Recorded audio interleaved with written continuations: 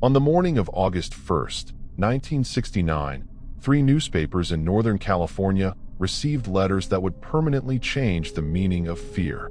The envelopes were ordinary. The handwriting was calm.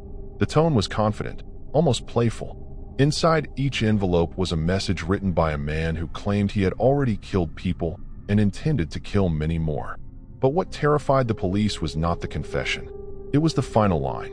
"If you do not publish this, I will go on a killing spree this weekend."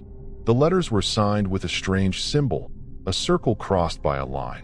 That symbol would soon become one of the most feared marks in American criminal history.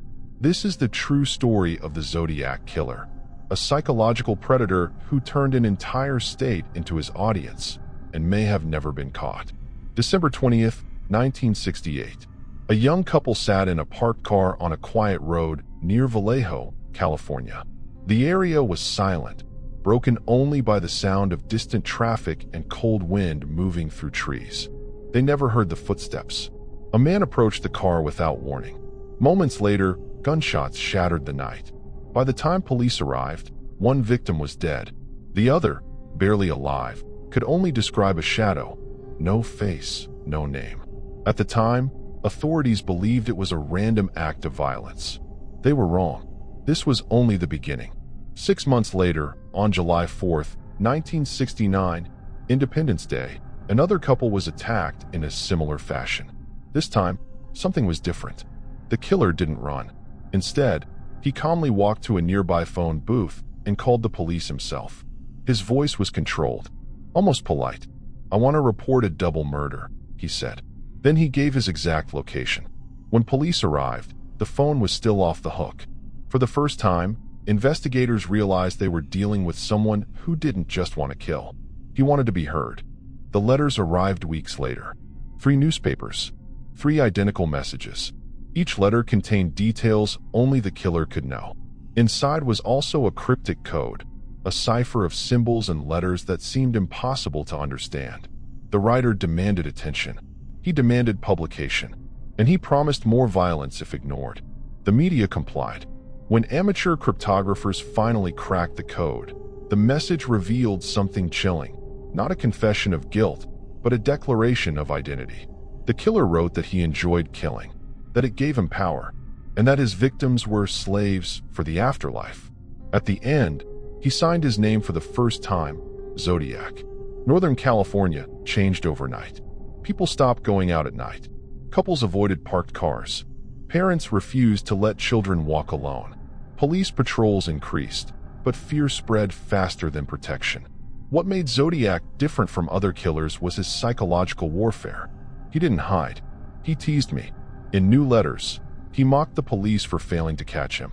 He criticized newspapers for spelling errors. He included pieces of victims' clothing as proof. Worst of all, he threatened random attacks. School buses, public parks, crowded areas. Whether he planned to act or not didn't matter. The fear alone was enough. In October 1969, a college student named Paul Stein was killed in San Francisco. This time, Zodiac made a mistake. Witnesses saw him. They gave the police a description. A patrol car came within minutes.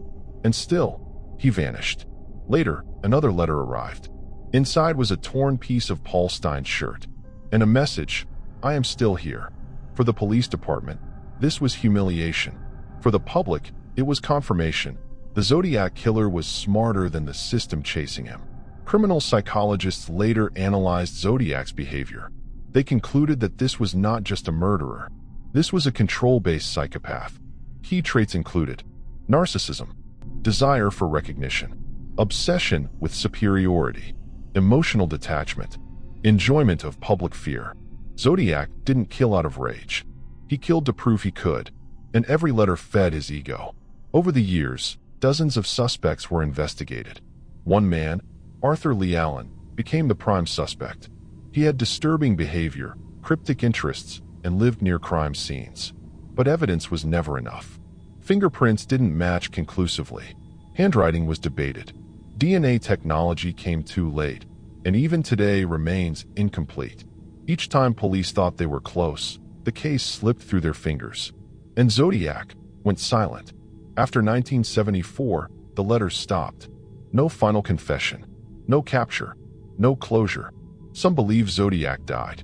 Others believe he simply grew old, watching documentaries about himself, smiling at missed details. The most terrifying possibility? That he lived a normal life. A neighbor, a co-worker, a quiet man no one suspected. The Zodiac Killer remains officially unsolved. And that is what makes this case horrifying. Not the murders alone, but the unanswered questions. How many victims were there really? How close did the police come? How many killers walk free simply because they stop? Zodiac proved something terrifying. You don't have to disappear to escape justice. You just have to stop. The real horror isn't that Zodiac was intelligent. It's that he understood people. He knew fear spreads faster than truth. He knew media attention creates immortality. He knew systems are slow, and he used all of it. Today, his symbol still appears in pop culture. But behind the mystery are real victims, real families, who never got answers. Somewhere, someone knows. Somewhere in the world, someone knew the Zodiac Killer. They worked with him, lived near him, trusted him, and they never realized who he was. Because the scariest monsters don't hide in darkness. They hide in plain sight.